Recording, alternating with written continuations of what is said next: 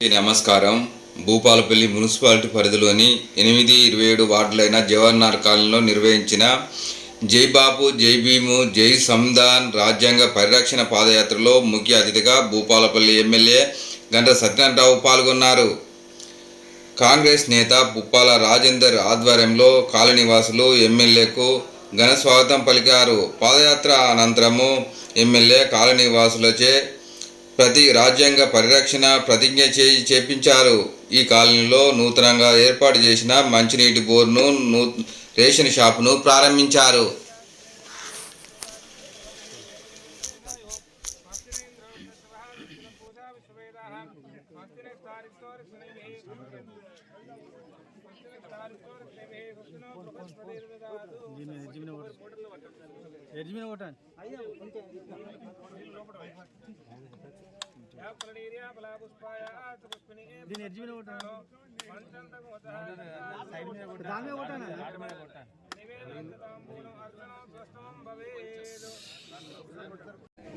మన ప్రియతమ నాయకులు bore opening కార్యక్రమంలో భాగంగా మున్సిపల్ నిధుల నుంచి 2 లక్షల రూపాయలు ఇక్కడ శాంక్షన్ చేయడం జరిగింది. ఒకటే మేము ఎమ్మెల్యే గారిని ఒకటే కోరుకుంటున్నాం, 200 మీటర్లు ఉన్నదన్న అది సీసీ రోడ్డు శాంక్షన్ చేయాలని కోరుకుంటున్నాం. ఇచ్చాను సీసీ రోడ్డు మన చెరువు గ్రావెట్ 100 మీటర్ల శ్మశాన వరకు ఒక 200 మీటర్లు సీసీ రోడ్డు శాంక్షన్ చేయాలి, బోర్ ఓపెన్ చేయాల్సిందిగా కోరుకుంటున్నాం.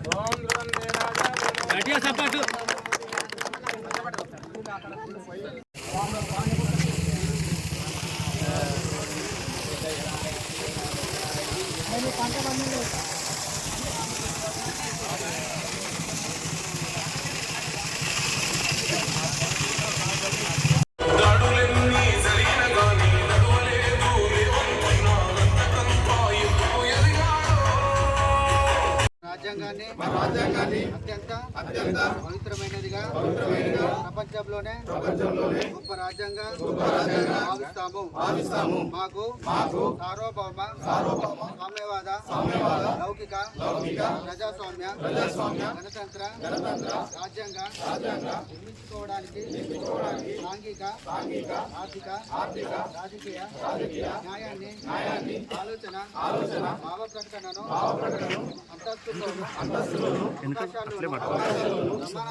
సమానత్వాన్ని కల్పించడానికి కులమత ప్రాంత వర్ణ లింగ ధనిక భేదాలాంటి ఏ రకమైన భేదాలు లేకుండా అందరికీ సమాన హక్కులు బాధ్యతలు రాజ్యాంగం కల్పించింది.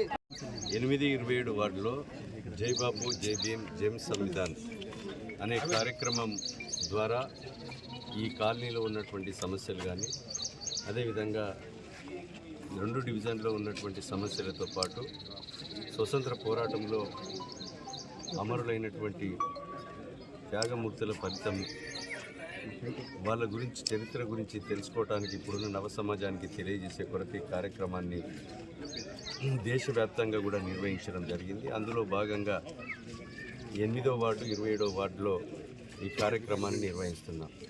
ఈ కార్యక్రమంలో పాల్గొన్న ప్రతి ఒక్కరికి కూడా హృదయపూర్వకంగా ధన్యవాదాలు తెలియజేస్తూ, అది ఈరోజు స్వతంత్ర పోరాటంలో అసూలు బాసినటువంటి మరి ఎందరో మహనీయుల చరిత్ర మరవలేనిది.